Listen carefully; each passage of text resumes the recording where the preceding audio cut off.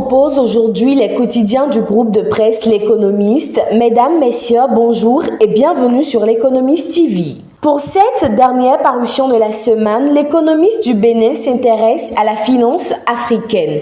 Le Bénin s'est illustré les 22 et 23 janvier lors de la 7e édition des Financial Africa Awards à Banjul avec 3 distinctions majeures. Serge Ekoué, président de la Banque ouest-africaine de développement, a reçu le prix spécial du jury Leadership financier. Zulkifl Salami s'est vu décerner le Lifetime Achievement Award, tandis que la Banque internationale pour l'industrie et le commerce, dirigée par Arsène Dosso, a remporté le prix du deal de l'année pour son introduction en bourse.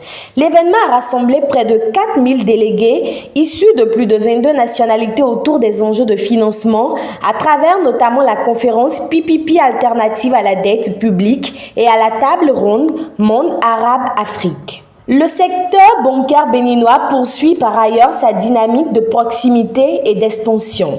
Banque Bank Bénin a inauguré le 29 janvier 2026 à Cotonou sa nouvelle agence Steinmetz, renforçant ainsi son réseau national.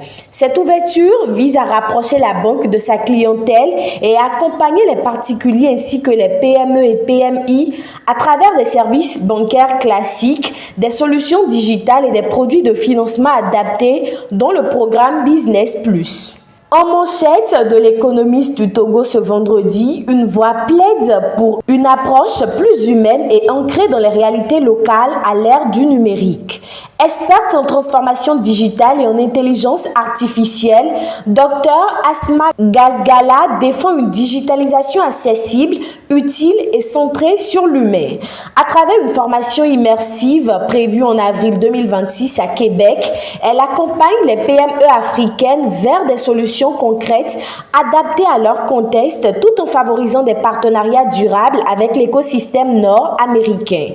Son approche met l'accent sur la progressivité, la pédagogie et l'impact opérationnel du numérique. Après la mise en place des conseils régionaux, les autorités togolaises franchissent une nouvelle étape en dotant les collectivités territoriales d'un cadre commun pour structurer et piloter le développement régional.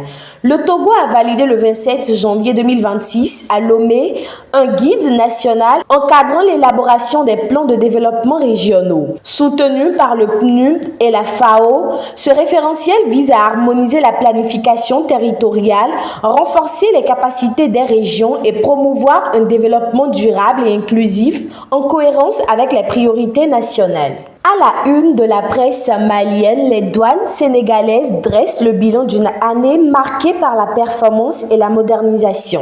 En 2025, elle affiche plus de 1286 milliards de francs CFA de recettes recouvrées, ainsi que d'importantes saisies dans la lutte contre la fraude et les trafics.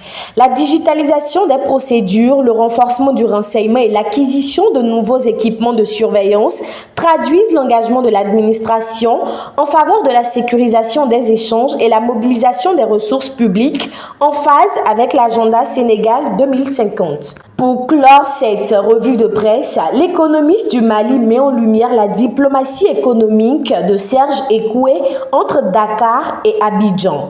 Reçu par le président Alassane Ouattara, le président de la BOAD a réaffirmé l'engagement de l'institution en Côte d'Ivoire.